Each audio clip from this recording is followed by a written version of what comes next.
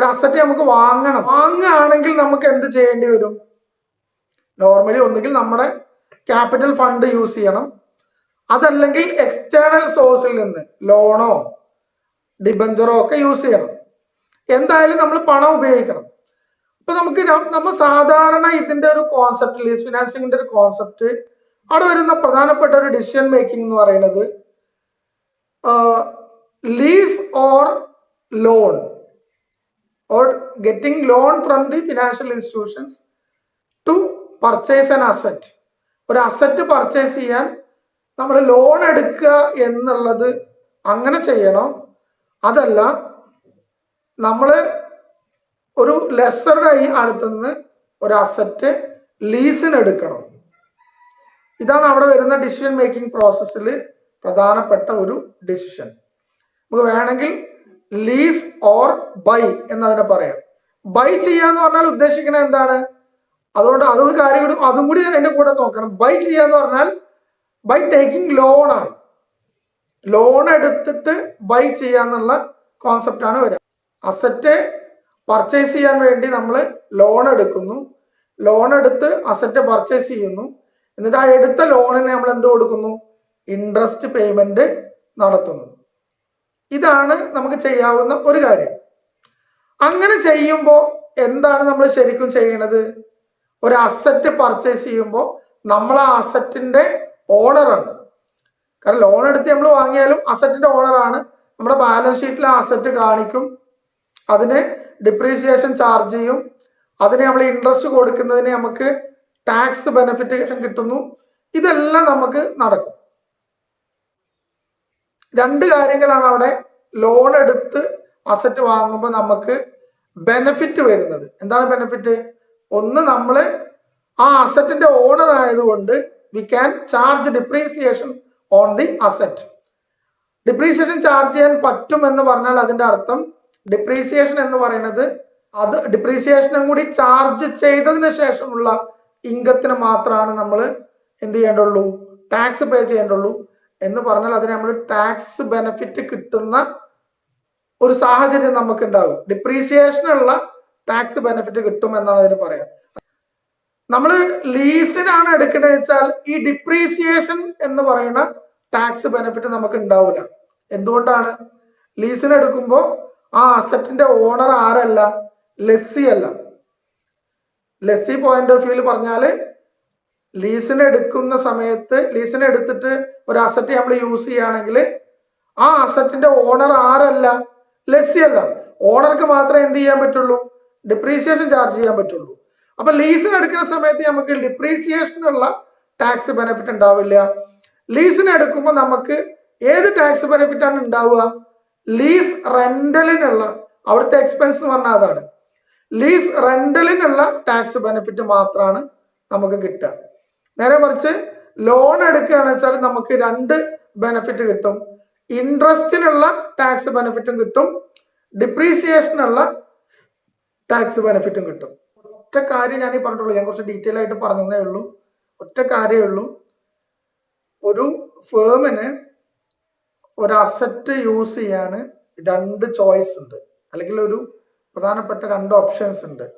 ഒന്നാമത്തത്, we can enter into a lease agreement, അല്ലെങ്കിൽ നമുക്ക് എന്ത് ചെയ്യാൻ പറ്റും? We can purchase that asset by using loan financing. Loan financing ഉപയോഗിച്ചിട്ട് അസറ്റ് പർച്ചേസ് ചെയ്യാം. രണ്ടിലുള്ള കേസ് ഞാൻ പറഞ്ഞു. ലീസ് ആണെങ്കിൽ ലീസ് റെന്റലിന് നമുക്ക് ടാക്സ് ബെനിഫിറ്റ് ഉണ്ടാകും. അത് എന്തിനാണ് ഞാൻ പറഞ്ഞതെന്നുള്ളത് നിങ്ങൾക്ക് പ്രോബ്ലം ചെയ്യുമ്പോൾ മനസ്സിലാവും. ലീസിന് എടുക്കുമ്പോൾ ഏതിനാണ് ടാക്സ് ബെനിഫിറ്റ് ഉണ്ടാവുക? ലീസ് റെന്റലിനാണ് ടാക്സ് ബെനിഫിറ്റ് ഉണ്ടാവുക. ബൈ ചെയ്യുകയാണെങ്കിലോ രണ്ട് ടാക്സ് ബെനിഫിറ്റ് ഉണ്ടാവും. ഇൻട്രസ്റ്റിന്റെ ടാക്സ് ബെനിഫിറ്റും ഡിപ്രീസിയേഷന്റെ ടാക്സ് ബെനിഫിറ്റും. ഇത് നോക്കിയിട്ടാണ് ശരിക്കും നമ്മൾ എന്ത് ചെയ്യുക? അസറ്റ് വാങ്ങണോ ലീസ് ചെയ്യണോ എന്നുള്ളത് തീരുമാനിക്കാം. അപ്പൊ എങ്ങനെയാണ് തീരുമാനിക്കുന്നത് വെച്ചിട്ടുണ്ടെങ്കിൽ, നമ്മളോടൊരു ക്വസ്റ്റ്യൻ ചോദിക്കാന്ന് വിചാരിക്കാം. ഞാനൊരു എക്സാമ്പിൾ കാണിക്കാം. It's a question. Okay, a limited company is interested in acquiring the use of an asset costing rupees 5 lakh. It has two options. And options are to borrow the amount at 18% per annum, repayable in 5 equal installments. രണ്ട് option ആണ് ഈ 5 lakh asset വാങ്ങാനുള്ളത്. ഒന്നുകിൽ 18% ഇൻട്രസ്റ്റിൽ 5 equal installments വരുന്ന loan എടുക്കാം. രണ്ട്, അല്ലെങ്കിൽ to take on lease the asset for a period of 5 years at the year end rentals. Year end rentals and lease rentals of rupees 1,20,000. 1,20,000 year wise റെന്റലിൽ 5 years എന്ത് ചെയ്യാം, അത് റെന്റിന് എടുക്കാം. The corporate tax is 50% and the depreciation is allowed on return on value at 20%. 20% depreciation return on value അയാൾക്ക് charge ചെയ്യാൻ പറ്റും if he is എന്താ പറയുക taking loan and buy a asset വാങ്ങുകയാണ് വെച്ചാൽ അയാൾക്ക് 20% depreciation എന്ത് ചെയ്യാൻ പറ്റും, ചാർജ് ചെയ്യാൻ പറ്റും. The asset will have a salvage value of 1,80,000. വാങ്ങുകയാണെങ്കിൽ മാത്രമേ ഈ സാൽവേജ് വാല്യൂ ഉണ്ടാവുള്ളൂ. ലീസ് ചെയ്യുകയാണെങ്കിൽ നമുക്ക് വിൽക്കാൻ പറ്റുമോ? സാൽവേജ് വാല്യൂ ഒന്നും ഉണ്ടാവില്ല. ലീസ് ചെയ്യുന്ന അസറ്റ് നമ്മുടെ അസറ്റ് അല്ല. അപ്പോൾ അസറ്റ് നമ്മൾ ലോൺ എടുക്കുകയാണെങ്കിൽ ഉള്ള കേസാണ് ആ പറഞ്ഞിരിക്കുന്നത്. The asset will have A salvage value of rupees 1,80,000 at the end of the 5th year. 5th ഇയറിന്റെ എൻഡിൽ 1,80,000 സാൽവേജ് വാല്യൂ ഉണ്ടാവും. You are required to advise the company about lease or buy decision. Lease ചെയ്യണോ വാങ്ങണോ എന്ന ഡിസിഷനിൽ നമ്മളോട് advice ചെയ്യാൻ പറയാണ്. നമുക്ക് ചോദ്യത്തിൽ എന്തുകൂടി തന്നിട്ടുണ്ട്, പ്രസന്റ് വാല്യൂ ഫാക്ടേഴ്സ് തന്നിട്ടുണ്ട്. 18% ഡിസ്കൗണ്ടിൽ വരുന്ന പ്രസന്റ് വാല്യൂ ഫാക്ടേഴ്സ് 5 വർഷത്തെയും ഇങ്ങനെ തരുന്നതിന്റെ ഉദ്ദേശമൊക്കെ നിങ്ങൾക്ക് മനസ്സിലായല്ലോ. ഓക്കെ, പിന്നെ അവിടെ ടോട്ടൽ ആന്വിറ്റി വാല്യൂ തന്നിട്ടുണ്ട്. ഇതിന്റെ സൊല്യൂഷൻ കാണുമ്പോൾ ആദ്യം കണ്ടിരിക്കുന്നത് ലോണിന്റെ ഇൻസ്റ്റാൾമെന്റ് എമൗണ്ട് കണ്ടുപിടിച്ചിരിക്കുകയാണ്. ഇൻസ്റ്റാൾമെന്റ് എമൗണ്ട് ഇവിടെ നമുക്ക് ഡയറക്റ്റ് തന്നിട്ടില്ല. ലോണുമായി ബന്ധപ്പെട്ട് നമ്മളോട് ചോദ്യത്തിൽ എന്തേ പറഞ്ഞിട്ടുള്ളൂ, ടോട്ടൽ ലോണ് എത്രയാണ് നമ്മൾ എടുക്കേണ്ടത്, 5 lakh ആണ് എടുക്കേണ്ടത്. കാരണം അസറ്റിന്റെ പ്രൈസ് എന്ന് പറഞ്ഞത് 5 lakh ആണ്. അപ്പൊ 5 lakh ആണ് നമ്മൾ ലോൺ എടുക്കേണ്ടത്. അപ്പൊ ലോൺ എമൗണ്ട് എത്രയാണ്, എമൗണ്ട് ഓഫ് ലോൺ 5 lakh ആണ്. ദെൻ അതിന് നമ്മൾ എന്ത് ചെയ്യണം, പി വി ഫാക്ടർ നമുക്ക് തന്നിട്ടുള്ള ടോട്ടൽ ആന്വിറ്റി വാല്യൂ തന്നിട്ടില്ലേ, ആ P V factor of annuity കൊണ്ട് ഡിവൈഡ് ചെയ്യാം. 3.127. നമ്മൾ 5 lakhനെ 3.127 കൊണ്ട് ഡിവൈഡ് ചെയ്താൽ നമുക്ക് എന്ത് കിട്ടും, അതിന്റെ ഇൻസ്റ്റാൾമെന്റ് എമൗണ്ട്, ലോണിന്റെ ഇൻസ്റ്റാൾമെന്റ് എമൗണ്ട് കിട്ടും. ഇവിടെ ഇൻസ്റ്റാൾമെന്റ് എമൗണ്ട് കിട്ടിയിരിക്കുന്നത് നിങ്ങൾ നോക്കുക 1,59,898 ആണ്. അത് അപ്രോക്സിമേറ്റ് ഫിഗർ ആണ്, പോയിന്റ് ഒക്കെ വ്യത്യാസങ്ങളൊക്കെ ഉണ്ടാവാം. ഇനി എന്താണ് നമ്മൾ ഇവിടെ നമുക്ക് എന്താണ് ഡിസിഷൻ, എന്താ പറയൂ, എന്ത് ഡിസിഷനാണ് എടുക്കേണ്ടത്? ഇത് ലോൺ എടുത്തിട്ട് വാങ്ങുകയാണോ നല്ലത്, അതല്ല ലീസിന് എടുക്കുകയാണോ നല്ലത് എന്നാണ് നമുക്ക് എന്ത് ചെയ്യേണ്ടത്, ഡിസൈഡ് ചെയ്യേണ്ടത്. അപ്പൊ നമ്മൾ ആദ്യം എന്ത് ചെയ്യണം, ലോൺ പേയ്മെന്റിൽ നമുക്ക് വരുന്ന ടോട്ടൽ എന്താ പറയുക, ലോൺ എടുക്കുകയാണെങ്കിൽ എന്താണ് നമ്മുടെ നെറ്റ് പ്രസന്റ് വാല്യൂ എന്ന് ആദ്യം കാണണം. നല്ലോണം ഞാൻ പറഞ്ഞത് ശ്രദ്ധിക്കണം. നമ്മൾ ലോൺ എടുക്കുകയാണെങ്കിൽ എത്രയാണ് പ്രസന്റ് വാല്യൂ വരിക എന്നാണ് നമ്മൾ കാണേണ്ടത്. അത് കുറച്ചൊരു 2 സ്റ്റേജിലൂടെ കടന്നു പോയിട്ടാണ് അത് കാണുക. എന്തുകൊണ്ട് ആ സ്റ്റേജ് വരുന്നതെന്ന് ഞാൻ ആദ്യം പറയാം. ഒന്നാമതായിട്ട് നമുക്ക് എന്ത് ചെയ്യണം, ഞാൻ നേരത്തെ നിങ്ങളോട് പറഞ്ഞു, എന്ത്, ലോൺ എടുക്കുകയാണെങ്കിൽ 2 ബെനിഫിറ്റ് ആണ് കിട്ടുക, ഇൻട്രസ്റ്റിന്റെയും ഡിപ്രീസിയേഷന്റെയും. ഓക്കെ, അപ്പൊ നമുക്ക് എന്തറിയണം, ഇൻസ്റ്റാൾമെന്റ് എമൗണ്ട് നമ്മളിവിടെ കണ്ടുപിടിച്ചിട്ടുണ്ട്. ഇൻട്രസ്റ്റ് നമുക്ക് ഡയറക്റ്റ് കാണാൻ പറ്റില്ല. ആ ഒരു പ്രോസസ്സാണ് ആദ്യം ഇവിടെ ചെയ്തിരിക്കുന്നത്. ഓക്കെ, ആദ്യത്തെ ടേബിൾ കണ്ടോ നിങ്ങൾ, ഷെഡ്യൂൾ ഓഫ് ലോൺ പേയ്മെന്റ് എന്നുള്ള ടേബിൾ കണ്ടോ? ആ ടേബിൾ വളരെ ഈസി ആയിട്ടുള്ള ടേബിൾ ആണ്. നിങ്ങൾ ആദ്യം നോക്കി നോക്കുക അതിൽ എന്തൊക്കെയാണ് എഴുതിയിട്ടുള്ളത്. ഇങ്ങനെ കാണുമ്പോൾ ഒരു കോംപ്ലക്സിറ്റി ഉണ്ടാവുന്നേ ഉള്ളൂ, അതിനകത്ത് ഒന്നുമില്ല. ഒന്നാമത്തെ കോളം ഇയർ എന്നുള്ള കോളാണ്. രണ്ടാമത്തെ loan balance at the beginning എന്നുള്ള കോളാണ്. ആ കോളം നമ്മൾ കണ്ടെത്തിയിട്ട് എഴുതുന്ന കോളാണ്. എങ്ങനെയാണ് എഴുതാന്ന് ഞാൻ പറഞ്ഞുതരാം. മൂന്നാമത്തെ കോളം ലീസ് ഇൻസ്റ്റാൾമെന്റ് എന്നുള്ളതാണ്. ആ കോളത്തിലുള്ള എമൗണ്ട് നമുക്ക് എവിടുന്ന കിട്ടിയത്, അതാണ് നമ്മൾ ആദ്യം കണ്ടുപിടിച്ചത്. കണ്ടോ, ആദ്യം നമ്മൾ കണ്ടുപിടിച്ചില്ല 1,59,898 കണ്ടുപിടിച്ചു. എന്താണ് ഈ ഇൻസ്റ്റാൾമെന്റ് എന്ന് പറഞ്ഞാല്, ഇൻസ്റ്റാൾമെന്റിൽ 2 ഫിഗർ പെടും. ഈ ലോൺ ഇൻസ്റ്റാൾമെന്റ് എമൗണ്ടിനെ സ്പ്ലിറ്റ് ചെയ്തിട്ടാണ് നമ്മൾ എന്ത് ചെയ്യുന്നത്, ഇൻട്രസ്റ്റ് പ്രിൻസിപ്പൽ എമൗണ്ട് എന്നുള്ളത് ചെയ്യുന്നത്. എങ്ങനെയാണ് അത് സ്പ്ലിറ്റ് ചെയ്യുക? നമ്മൾ ആദ്യം ഈ ലോൺ ഇൻസ്റ്റാൾമെന്റ് എമൗണ്ട് അവിടെ ഉണ്ട്, അത് ആദ്യം എഴുതാം. ഓക്കെ, 1,59,898 എഴുതും ഒന്നാമത്തെ വർഷം. എന്നിട്ട് നമ്മുടെ ഇൻട്രസ്റ്റ് എന്ന് പറയുന്നത് ആദ്യത്തെ വർഷത്തെ ഇൻട്രസ്റ്റ് എന്ന് പറയുന്നത് 5 lakhന്റെ 18% ആണ്. ക്ലിയർ ആണോ ഞാൻ പറഞ്ഞത്? ആദ്യത്തെ വർഷത്തെ ഇൻട്രസ്റ്റ് എന്ന് പറയുന്നത് ഏതാണ്? 5 lakhന്റെ 18% ആണ്. അത് എത്ര കിട്ടുക? 90,000 ആണ്. 5 lakhന്റെ 18% ആണ് 90,000. നമ്മളിൽ ഇൻസ്റ്റാൾമെന്റ് ആയിട്ട് കൊടുക്കുന്നത് 1,59,898 ആണ്. അതിലേക്ക് ഇൻട്രസ്റ്റ് വരുന്നത് 90,000 ആണ്. ബാക്കിയുള്ള എമൗണ്ട് ആണ് നമ്മൾ പ്രിൻസിപ്പൽ എമൗണ്ട്. പ്രിൻസിപ്പൽ പേയ്മെന്റ് എന്ന് പറഞ്ഞാൽ എന്താ? 5 lakhലേക്കുള്ള ഫിഗർ ആണ്. നമ്മൾ 5 lakh ലോൺ എടുക്കുന്നു. ആ ലോൺ എടുത്തിട്ട് 5 ഇൻസ്റ്റാൾമെന്റ് ആയിട്ട് ഇൻട്രസ്റ്റ് സഹിതം നമ്മൾ എന്ത് ചെയ്യാണ് ചെയ്യുന്നത്? തിരിച്ചു കൊടുക്കുക ചെയ്യുന്നത്. അപ്പൊ ഓരോ ഇൻസ്റ്റാൾമെന്റ് നമ്മൾ കൊടുക്കുന്നത് ഏത് ഫിഗറിലായിരിക്കും? 1,59,898 ആയിരിക്കും. അതിൽ ഒന്നാമത്തെ വർഷത്തില് ഇൻട്രസ്റ്റ് വരുന്നത് എത്രയാണ്? 90,000 ആണ്. 5 lakhനുള്ള 18% ആണ്. അപ്പൊ അതിൽ ബാക്കിയുള്ള എന്ന് പറഞ്ഞാല് 1,59,898 നിന്ന് 90,000 മൈനസ് ചെയ്താൽ കിട്ടുന്ന ഫിഗർ ആണ് 69,898. അതാണ് പ്രിൻസിപ്പൽ എമൗണ്ട്. ഇനി നിങ്ങൾ എന്താ ചെയ്യേണ്ടത്? Last column loan balance at the end of the year. അത് എങ്ങനെ കണ്ടതാവെന്ന് പറയാൻ പറ്റുമോ? 4,30,102. 5 lakh ആണ് നമ്മൾ ലോൺ എടുത്തത്. അതിലേക്ക് ഫസ്റ്റ് ഇൻസ്റ്റാൾമെന്റിൽ നമ്മൾ കൊടുത്ത എമൗണ്ട് എത്രയാണ്? 69,898 ആണ്. ശരിയല്ലേ? പ്രിൻസിപ്പൽ എമൗണ്ടിലേക്ക് നമ്മൾ കൊടുത്തത് 5 lakhലേക്ക് നമ്മൾ കൊടുത്തത് 69,898 ആണ്. അപ്പോ 5 lakhൽ നിന്ന് 69,898 മൈനസ് ചെയ്തതാണ് ഏത്? 4,30,102 എന്ന് പറയുന്നത്. ഇനി ആ ഫിഗർ ആണ് നമ്മൾ എന്ത് ചെയ്യേണ്ടത്? രണ്ടാമത്തെ വർഷത്തെ ഏതായിട്ട് എഴുതേണ്ടത്? ലോൺ ബാലൻസ് ആക്കിയിട്ട് എഴുതേണ്ടത്. കാരണം ആദ്യത്തെ വർഷം നമുക്ക് 5 lakh ഉണ്ടായിരുന്നു. അതിലേക്ക് നമ്മൾ 69,898 ഫസ്റ്റ് ഇയറിൽ കൊടുത്തു ഇൻസ്റ്റാൾമെന്റിന് കൂടെ. അത് കഴിച്ച് നമ്മൾ പ്രിൻസിപ്പൽ എമൗണ്ടിലേക്ക് 4,30,102 ആണ് കൊടുക്കാണ്ടാവുക. അത് നമ്മൾ അറ്റ് ദ ബിഗിനിങ്ങിൽ എഴുതും. എന്നിട്ട് ഇതേ സാധനം റിപ്പീറ്റ് ചെയ്യും. എങ്ങനെ റിപ്പീറ്റ് ചെയ്യുക? Loan installment 1,59,898.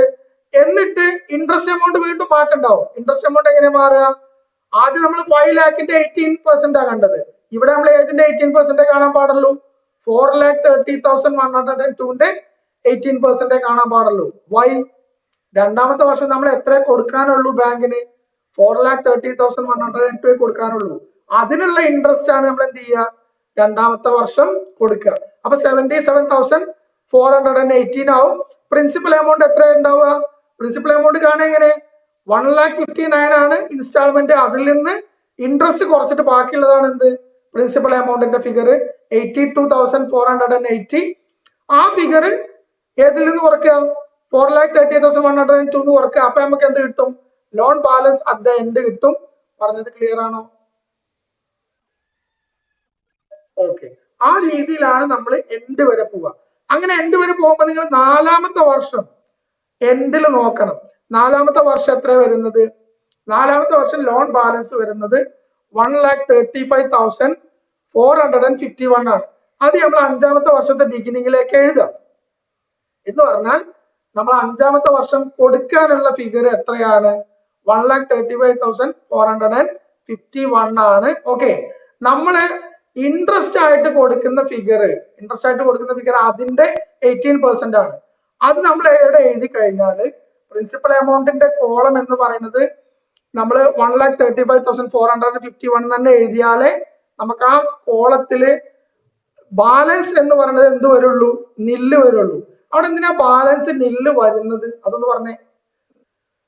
അഞ്ചാമത്തെ വർഷത്തിന്റെ എൻഡിൽ ബാലൻസ് നില്ല് വരുന്നുണ്ട്. എന്താണ് നില്ല് വരണം. നില്ല് വന്നിട്ടില്ലെങ്കിൽ എന്താ സംഭവിക്കുക? നമ്മൾ തിരിച്ചു കൊടുത്തിട്ടില്ല, പിന്നെ കൊടുക്കേണ്ടതാവൂലേ? അപ്പൊ അതൊരു കാലത്ത് തീരാത്തതായിട്ട് വരും. അതുകൊണ്ടാണ് നമ്മൾ എന്ത് ചെയ്തത്? ഇവിടെ ഈ ലോൺ ഇൻസ്റ്റാൾമെന്റ് എന്ന് പറയുന്നത് ആദ്യം എഴുതിയിട്ട് നമ്മൾ ഇൻട്രസ്റ്റ് കണ്ടിട്ട് അത് മൈനസ് ചെയ്താൽ അവിടെ നില്ല് വരൂല. അവിടെ ചെറിയൊരു എമൗണ്ട് വ്യത്യാസം വരും. പിന്നെ 10 20 അങ്ങനെ ചെറിയൊരു ഫിഗർ വ്യത്യാസം ഉണ്ടാവും. അത് വരാതിരിക്കാനാണ് നമ്മൾ എന്ത് ചെയ്യുന്നത്? റിവേഴ്സ് ആയിട്ട് ചെയ്യുന്നത്. അപ്പൊ നിങ്ങൾ എന്താ ചെയ്യേണ്ടുള്ളൂ?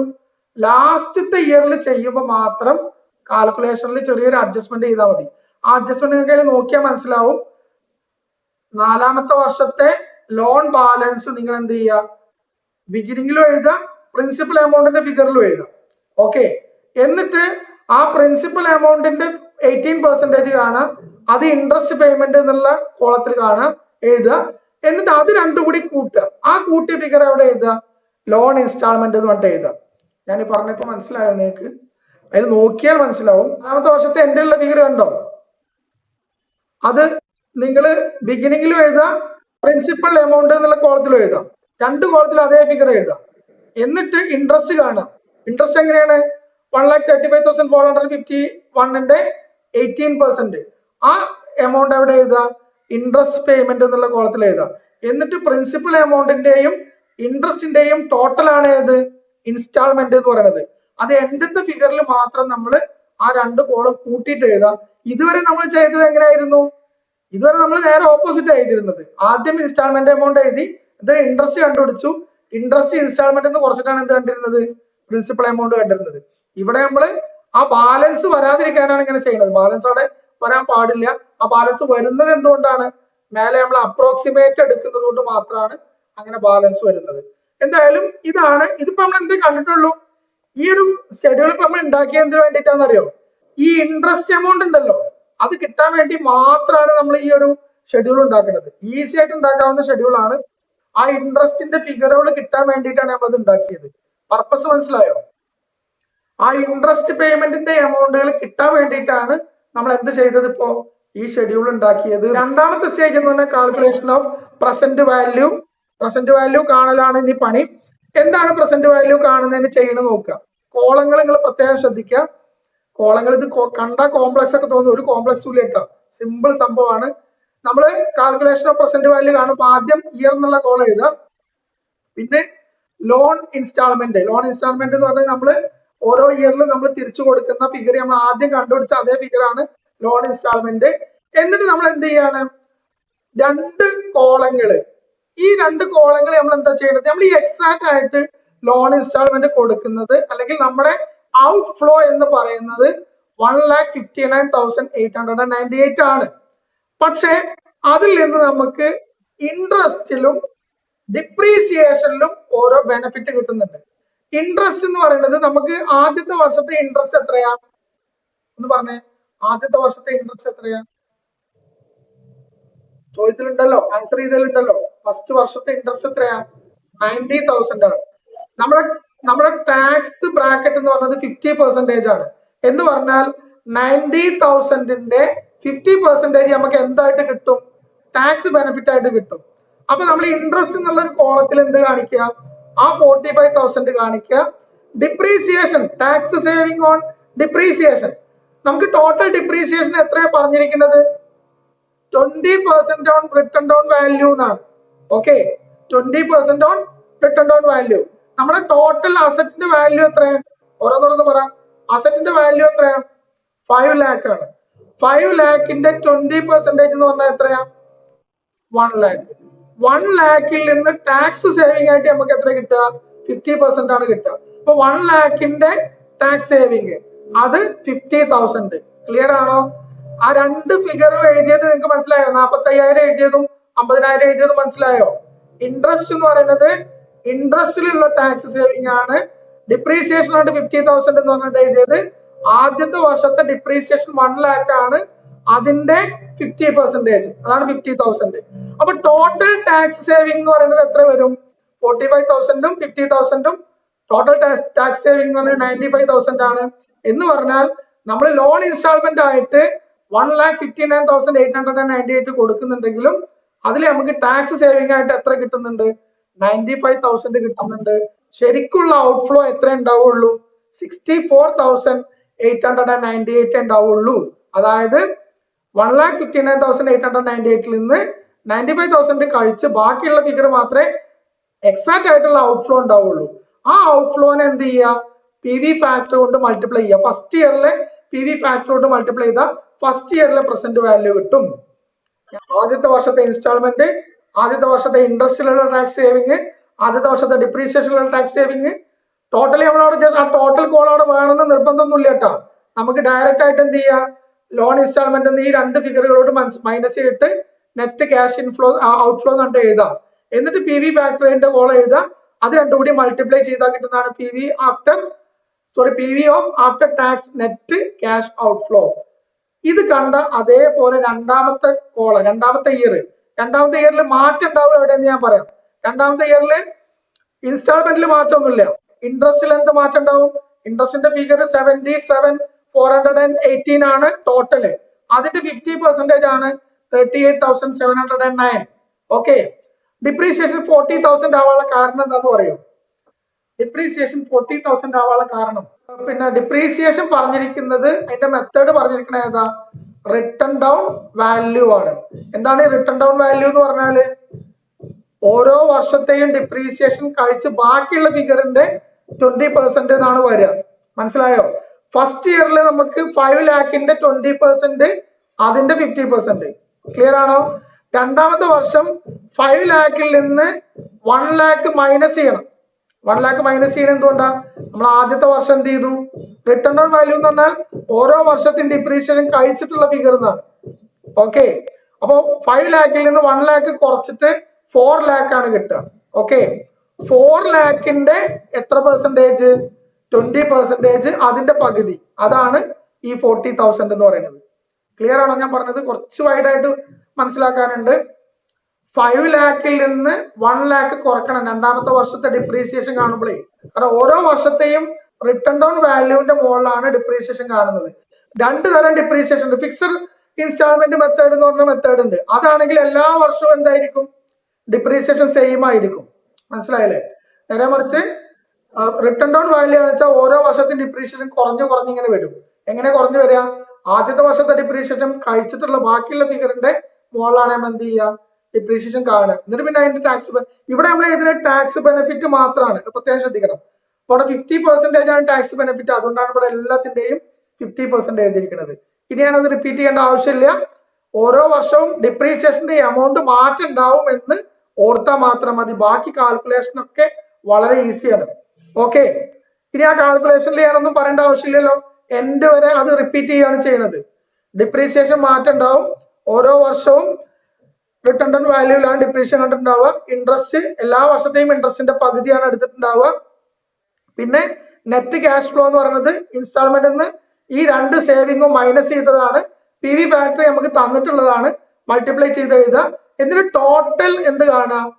ടോട്ടൽ ഈ പ്രസന്റ് വാല്യൂന്റെ പ്രസന്റ് വാല്യൂന്റെ ടോട്ടൽ കാണാം. എന്നിട്ട് അതിൽ നിന്ന് നമ്മൾ ലോൺ എടുത്ത് അസറ്റ് വാങ്ങുകയാണെന്ന് വെച്ചാൽ അതിന് എന്തുകൂടി ഉണ്ടാവും? സാൾവേജ് വാല്യൂ ഇൻഫ്ലോ ആയിട്ടുണ്ടാവും അല്ലെ? ആ ഇൻഫ്ലോ എന്നുള്ള എന്ത് ചെയ്യണം? ഈ ഔട്ട്ഫ്ലോയിൽ നിന്ന് മൈനസ് ചെയ്യണം. നമുക്ക് ടോട്ടൽ ഔട്ട്ഫ്ലോ വരുന്നത് PV കഴിച്ചിട്ടുള്ള ഔട്ട്ഫ്ലോ വരുന്നത് 2,85,344 ആണ്. അതിൽ നിന്ന് PV of salvage at the end of 5th year, അവിടെ സാൽവേജിന്റെ PV കാണുമ്പോൾ എന്തുകൊണ്ട് മൾട്ടിപ്ലൈ ചെയ്യുക? ആ 4th ഇയറിലുള്ള ഫിഗർ കൊണ്ടാണ് മൾട്ടിപ്ലൈ ചെയ്യുക. സാൽവേജ് 1,80,000 ഇൻറ്റു 0.437 5th ഇയറിലാണ് അത് കിട്ടുന്നത്. അപ്പൊ 5th ഇയറിലുള്ള പിന്നെ എന്ത് ചെയ്യണം? ആ PV ഫാക്ടർ കൊണ്ട് മൾട്ടിപ്ലൈ ചെയ്യണം. അപ്പൊ നമുക്ക് 78,660 ആണ്. നെറ്റ് നമുക്ക് കിട്ടുക 2,06,684 ആണ്. ഫിഗർ ഇവിടെ കാണുന്ന എങ്ങനെയെന്ന് മനസ്സിലാക്കിയാൽ മതി. ടോട്ടൽ ഔട്ട്ഫ്ലോ നമ്മൾ കാണുന്നു. അതിൽ നിന്ന് PV of salvage value minus ചെയ്യുന്നു. മൈനസ് ചെയ്യാണ് വേണ്ടത്, ശ്രദ്ധിക്കണം. മറ്റൊക്കെ ഔട്ട്ഫ്ലോ ആണ്, ഇത് ഇൻഫ്ലോ ആണ്.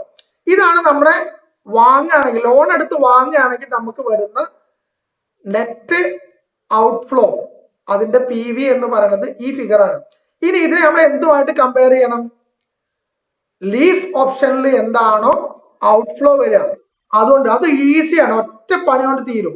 എന്താ ഒറ്റ പണി കൊണ്ട് തീരാൻ കാരണം? ലീസ് എന്ന് പറയുന്നത് എന്താണ്? അവിടെ വേറെ പ്രശ്നങ്ങളൊന്നുമില്ല. ലീസ് റെന്റൽ ഫിക്സഡ് ആണ്. ലീസ് റെന്റൽ എത്രയാണ് പറഞ്ഞിട്ടുള്ളത്? 1,20,000 ആണ്. ഓക്കെ, 1,20,000 ആണ് ലീസ് റെന്റല്. അതിൽ നമുക്ക് ടാക്സ് സേവിങ് ഉണ്ടാവും. എത്രയാണ് ടാക്സ് സേവിങ് ഉണ്ടാവുക? അതിന്റെ പകുതി ടാക്സ് സേവിങ് ആണ്. അത് 60,000 മൈനസ് ചെയ്താൽ ആഫ്റ്റർ ടാക്സ് ഔട്ട്ഫ്ലോ എന്ന് പറയുന്നത് എത്രയാണ്? 60,000 ആണ്. ഇവിടെ എല്ലാ വർഷവും നമ്മൾ ഒരേ ഫിഗർ ആണ് കൊടുക്കുന്നത് എന്നുള്ളതുകൊണ്ട് PV ഓഫ് ആന്റിറ്റി ഫാക്ടർ കൊണ്ട് മൾട്ടിപ്ലൈ ചെയ്താൽ മതി. നിങ്ങൾ എന്ത് ചെയ്യേണ്ട ആവശ്യമില്ല. 60,000 ഇൻറ്റു എന്താ പറയാ ആദ്യത്തെ വർഷത്തെ PV ഫാക്ടർ, പിന്നെ വീണ്ടും 60,000 ഇൻറ്റു രണ്ടാമത്തെ വർഷത്തെ PV ഫാക്ടർ, അങ്ങനെ ചെയ്യേണ്ട ഒരു കാര്യമില്ല. കാരണം ഒറ്റ ഫിഗറിന് നമ്മൾ ഇതെല്ലാം ഓരോന്ന് കാൽക്കുലേറ്റ് ചെയ്താലും 3.127 കൊണ്ട് 60,000 കൊണ്ട് മൾട്ടിപ്ലൈ ചെയ്താലും നിങ്ങൾക്ക് ഒരേ ആൻസർ കിട്ടുക. വേണമെങ്കിൽ നിങ്ങൾക്ക് ചെയ്തു നോക്കാം, പക്ഷെ അതിന്റെ ആവശ്യമൊന്നുമില്ല. ഒരേ ഫിഗർ ആയതുകൊണ്ട് നമുക്ക് എന്ത് ചെയ്യേണ്ട ആവശ്യമില്ല, ഡിഫറെന്റ് PV ഫാക്ടർ കൊണ്ട് മൾട്ടിപ്ലൈ ചെയ്യേണ്ട, ടോട്ടൽ ആന്യൂറ്റി കൊണ്ട് മൾട്ടിപ്ലൈ ചെയ്താൽ മതി. ഓക്കെ, അപ്പൊ ലീസ് റെന്റലിന്റെ ടാക്സ് സേവിങ് കഴിച്ചിട്ട് ബാക്കിയുള്ള ഫിഗറിനെ ക്യാഷ് ഔട്ട്ഫ്ലോനെ നിങ്ങൾ PV ആന്യൂറ്റി കൊണ്ട് മൾട്ടിപ്ലൈ ചെയ്യാം. അപ്പൊ നമുക്ക് എന്ത് കിട്ടും, PV of cash outflow under lease option കിട്ടും. അത് കിട്ടുന്നത് എത്രയാണ്, 1,87,620 ആണ് കിട്ടുന്നത്. ഓക്കെ, എന്ന് പറഞ്ഞാൽ നിങ്ങൾ ഇനി കമ്പയർ ചെയ്യേണ്ടത് എന്താ, നമ്മൾ വാങ്ങുകയാണെങ്കിൽ നമ്മുടെ ഔട്ട്ഫ്ലോ, നെറ്റ് ഔട്ട്ഫ്ലോ എത്ര ഉണ്ടാവും, 2,06,684 ഉണ്ടാകും. അതല്ല ലീസ് ഓപ്ഷൻ ആണെങ്കിൽ നമുക്ക് എത്ര വരിക, 1,87,620 ആണ് ഉണ്ടാവുക. Then evaluation എന്ന് പറയുന്നത് എന്താണ്, as the present value of after tax cash outflows under leasing option is lesser than the present value of after tax cash outflow of the buying option, it is advisable to take the asset on lease. ലീസിന് എടുക്കുന്നതാണ് നമുക്ക് എന്ത് കൂടുതൽ ഗുണം. കാരണം നമ്മുടെ outflow കുറവുള്ളത് ഏതിലാണ്, ലീസ് ഓപ്ഷനിലാണ്. പിന്നെ ബൈ ഓപ്ഷനിൽ കൂടുതൽ ഔട്ട്ഫ്ലോ വരുന്നുണ്ട്, ലീസ് ഓപ്ഷനിൽ കുറഞ്ഞ ഔട്ട്ഫ്ലോ മാത്രമേ വരുന്നുള്ളൂ. അതുകൊണ്ട് ലീസ് ഓപ്ഷനാണ് നമ്മൾ ഇവിടെ സജസ്റ്റ് ചെയ്യുക. റൈറ്റ്, ക്ലിയർ ആണോ ഞാൻ പറഞ്ഞത്? എന്നാൽ നമുക്കിനി വീണ്ടും കാണാം. Bye bye.